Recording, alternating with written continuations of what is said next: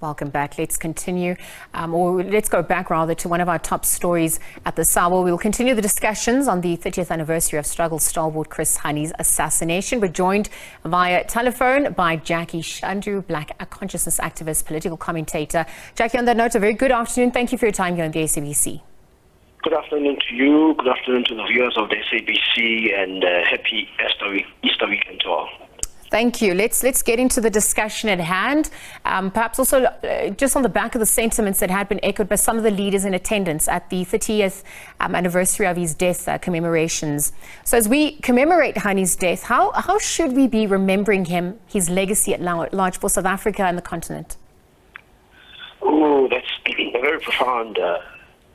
That's a very profound question. Simply because.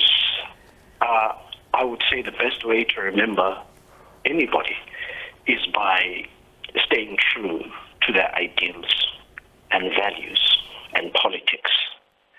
And almost 3 decades into democracy, exactly 3 decades after the untimely assassination of Chris Hani, South Africa does not reflect, even symbolically, the values, the political beliefs, the social ideals of Chris Hani. He was a revolutionary who fundamentally believed in social, economic, political, racial, and social equality.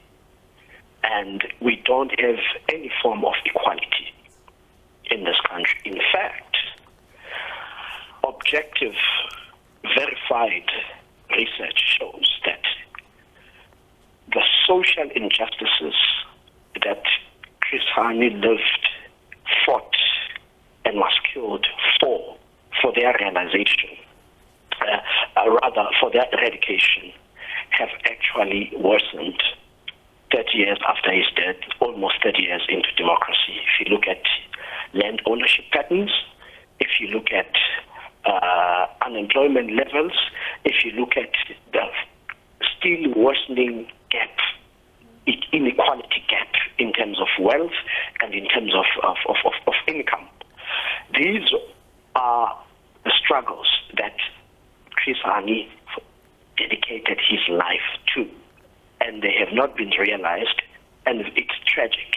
It is catastrophic that not only have they not been realized, but in many ways they have become far worse. So it becomes very difficult to even take seriously any commemoration of a revolutionary like Chris Hani, especially when it's conducted by this government that has been in charge of taking South Africa forward for the past 30 years, when it continues to move in the opposite direction of the thought and political practice of Chris Hani. On the back of these sentiments that you just echoed, you know, what would have been inspired today? We heard from Dimpo Hani, who spoke about the unanswered questions, reminding, you know, everyone why Chris Hani had joined the struggle in the first place, to unite Africans and also, you know, take back the land. This was a sentiment also echoed by Sali Mapaila. And today, 30 years on into democracy, when we look at, you know, where South Africa is, the issues that, you know, that plagues her as a nation, we're looking at the succession plan, the youth, whether they're on the right path in realizing the ideologies that Chris Hani stood for. How would you weigh in on that as well? Well, look, I mean, like I touched on earlier, the current leadership lacks both political will and capacity to fast-track the realization even of the ideals enshrined in the Freedom Charter, to which Chris Hani was very much committed and believed in. And I can almost hear him saying, as he once very proudly stated, that we want to usher in compulsory and free education. That has not been realized. You know, if you look at the health crisis, for example, the public health crisis and the dual health systems in the country, one for whites and the few rich black, which is private healthcare, and then the totally collapsed public healthcare system given to us by comrades of Chris Hani who don't utilize the services that they provide for the nation. They go to Mill Park, they go to Mediclinic, but the methods for which Chris Hani fought for are still cramped in King Edward in Durban or in Chris Hani Baragwanath Hospital, ironically named after him. So these are some of the things that we can use as yardsticks to measure whether or not there is progress, whether or not we're moving in the right direction. On the economy front, for example, we are still living under the dictatorship of white monopoly capital. There is not a native capitalist class, native bourgeoisie. It does not exist. All tycoons of industry in this country are 99% whites. There's a few Indians that have joined the ranks.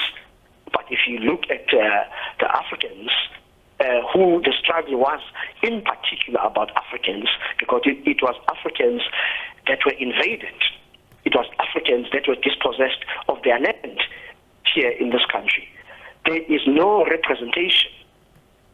So the ideals of Chris Hani are neglected, are not taken seriously, yet his name is used to justify and to legitimize the current political order. We think that the SACP, if it really honors one of the best leaders it has ever had, it must stop.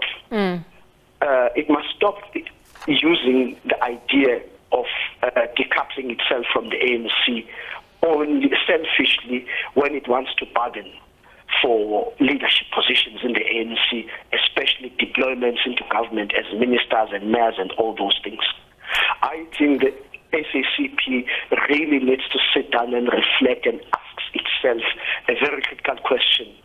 To what benefit is its alliance with the ANC in relations of the interest of the working class and the poor, who are disproportionately African? Yeah. Which is a sentiment that obviously was echoed by Sali Mapaila, also really looking at the tasks which lie ahead and overcoming them. You know, really having to look at the context of South Africa, how inequality was initially constructed and the way to forward from here. We'll leave that conversation there. Jackie Shandu, a political commentator, weighing in on the back of the 30th anniversary of struggle stalwart Chris Hani, who was murdered 30 years ago. Thank you to Jackie for his time.